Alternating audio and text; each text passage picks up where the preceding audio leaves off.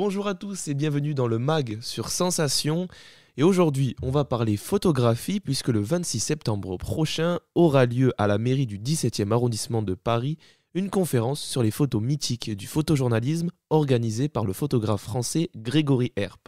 Je reçois Grégory Herp. Grégory, bonjour. Bonjour Mathieu. Merci d'être avec nous aujourd'hui. Vous êtes photographe, auteur et dramaturge et metteur en scène. Vous avez jonglé de casquettes durant votre carrière, mais c'est la photo qui a pris la plus grande place dans votre vie. Parlez-nous un peu de vos débuts en photographie. Alors, tout ce qui est théâtre, tout ça, c'est vraiment dans une autre vie. La photo, en fait, était juste une passion pendant l'adolescence. Et puis, je me suis plutôt dirigé vers le théâtre. J'ai fait les cours Florent. J'étais avec des gens qui sont très connus aujourd'hui, comme Jean-Paul Rouve, Édouard Baird, Jeanne Balibar, tout ça. Et puis, un beau jour, j'ai décidé de tout arrêter, de partir à l'aventure avec un appareil photo, entre autres choses. Je suis parti beaucoup en Afrique, au début. Vous avez commencé donc par le théâtre. Ensuite, vous êtes allé dans le cinéma et même en tant que journaliste dans la fin des années 90.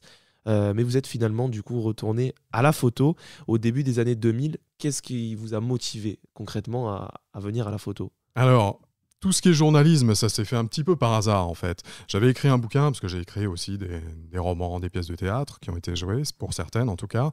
Et puis après mon premier roman, qui était un petit roman que je n'ai pas beaucoup vendu, mais il a eu la chance d'être lu en fait par des gens bien placés à Énergie notamment. Et on m'a proposé de travailler pour Énergie, de devenir journaliste pour Énergie. Puis je suis devenu rédac-chef d'une émission qui était première sur les 15-35 ans en France, donc un gros truc. Et puis j'ai travaillé pour des magazines, etc. Ça s'est fait un petit peu par hasard tout ça. Des rencontres, voilà. Mais la photographie finalement, ça c'est le côté artistique qui a toujours primé dans ma vie. C'est vraiment... que ce soit la littérature, le théâtre, puis la photo, c'est une ligne continue. Grégory, vous avez commencé donc la photo aux alentours de 14 ans et finalement vous êtes devenu un grand photographe. Vous avez remporté plusieurs prix et récompenses.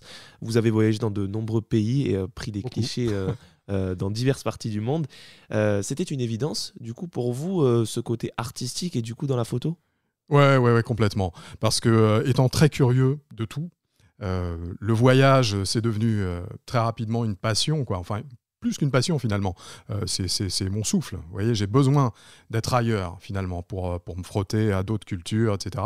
Rencontrer les gens autour du monde et puis faire des photos, prendre des empreintes comme ça de ces moments.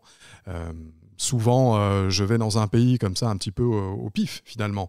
Je ne sais pas quoi faire, là, en ce moment. Boum, tiens, je vais où ? Je vais là. Je ne sais pas ce que je vais trouver. Et puis, je commence à faire au hasard des rues, comme ça, des rencontres et puis des reportages. Après, il y a aussi toute une partie de mon métier qui est axée sur des projets très précis. Voilà.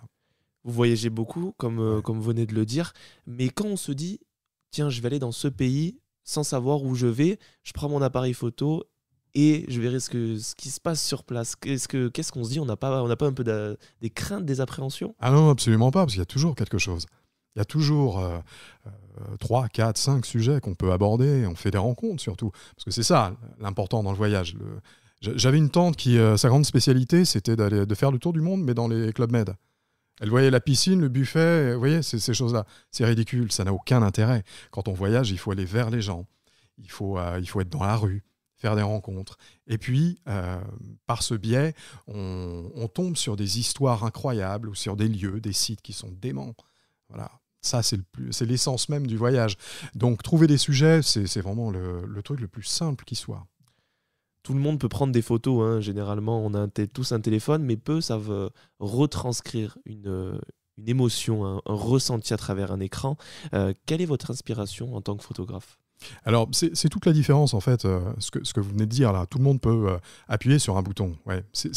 On fait une image, on ne fait pas pour autant une photographie, à mon sens. C'est la différence entre voir et regarder. On voit plein de choses. On marche dans la rue, on voit des tas de choses. Mais est-ce qu'on les regarde réellement ? Est-ce qu'on les regarde avec son cerveau, avec son cœur, avec son âme ? Pas forcément, vous voyez ? Et c'est ça qui fait la différence entre quelqu'un qui fait des photos pour ses réseaux sociaux et puis un véritable artiste. Alors, les inspirations, elles sont très variées. Mais en fait, moi, je suis un photographe qui, avant tout, a été inspiré par plutôt des auteurs et puis par certains films même. En fait, il y a un film qui a changé ma vie. Moi, c'est un film avec Robin Williams qui s'appelle Le Cercle des poètes disparus. Alors, c'est l'histoire d'un prof de littérature, justement, qui arrive dans un vieux collège plein de traditions où les gamins sont en costume, cravate, tout ça. Et puis il essaie de mettre un coup de pied là-dedans, quoi, pour les bouger, pour les intéresser au monde, justement. Et la première fois qu'il entre dans l'une des premières scènes dans sa classe, il demande à ses élèves de monter sur leur table. Et il n'ose pas, évidemment, mais il insiste. Et au bout de quelques minutes, il y a quelques plus courageux que les autres qui montent sur les bureaux. Et à ce moment-là, il leur dit « Maintenant, regardez par la fenêtre. Et ce paysage que vous avez vu 1000 fois, vous le voyez avec un autre angle, une autre perspective. » Et en fait, c'est ça. À chaque fois, moi, que je sors faire des photos, je me demande quelle va être ma perspective. Parce que d'autres personnes marchent avec moi dans la rue. Ils voient les choses au même niveau. Mais il faut que j'arrive, moi, à trouver une autre façon de montrer les choses pour les mettre en évidence. Vous avez un lien particulier avec le noir et blanc. Ouais. Pourquoi d'où vient cette inspiration? Alors, le noir et blanc, pour moi, c'est vraiment l'émotion pure. En fait, quand on retire absolument toutes les couleurs, c'est comme une femme, un acteur, un clown qui se démaquille. Il reste les lignes essentielles, il reste juste l'émotion pure, vous voyez. Et il y a beaucoup de dramaturgie aussi, je trouve, dans le noir et blanc. Le fait de retirer les couleurs comme ça permet d'aller peut-être à l'essentiel. Plus de superflu, plus de... Vous voyez, c'est vraiment ça qui m'anime dans le noir et blanc. Ceci étant, parce qu'on m'avait traité il y a quelques années, enfin traité entre guillemets, on m'avait dit que j'étais très dogmatique par rapport au noir et blanc, que je pensais qu'à ça, etc., que la couleur, c'était pour moi absolument pas intéressant. Or, depuis quelques années, j'y viens un petit peu. Le 26 septembre prochain, vous organisez une conférence sur les photos mythiques du photojournalisme. Pourquoi avoir choisi de faire une conférence sur ce thème? Alors, parce que c'est très intéressant. Encore une fois, c'est comme voir et regarder. Il y a tout un tas de photos que absolument tout le monde connaît. Le fameux portrait de Che Guevara, par exemple. Tout le monde connaît cette photo. Elle est sur des t-shirts, elle est sur des mugs, n'importe quoi. Einstein en train de tirer la langue, c'est pareil. La petite fille qui court au Vietnam avec le nuage de napalm derrière, c'est pareil. Ce sont des photos qu'on connaît, mais on ne connaît pas forcément l'histoire qui est derrière, les anecdotes qui sont derrière.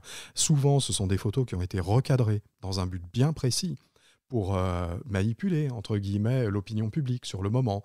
Parce que géopolitiquement, il fallait aller dans tel ou tel sens. Vous voyez, et ça a été...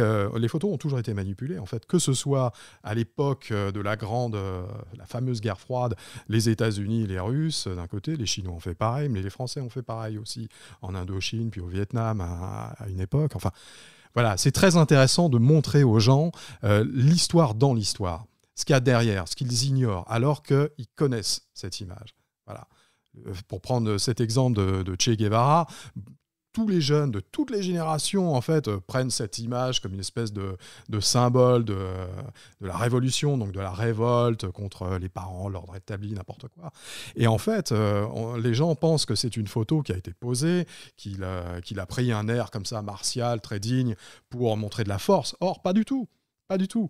Cette photo-là, en fait, elle a été recadrée. Il y avait un autre type sur la photo et puis une plante verte. Vous voyez, c'est un petit peu moins la révolution tout de suite avec une plante verte. Et il y a des raisons à ça. Voilà. Donc j'explique tout ça. Je montre aussi, bien sûr, les cadrages originaux de toutes ces photos parce que je les ai. Parfois, je montre également des documents vidéo qui sont beaucoup plus rares, des documents vidéo de ces photos-là qui ont été tournés en même temps. Et ça donne du contexte aussi parce que ça, c'est toujours le plus important, finalement, c'est remettre les choses dans leur contexte. Voilà, une image, si vous n'expliquez pas du tout autour ce qui se passait avant, pendant, après, ça peut être 1000 choses.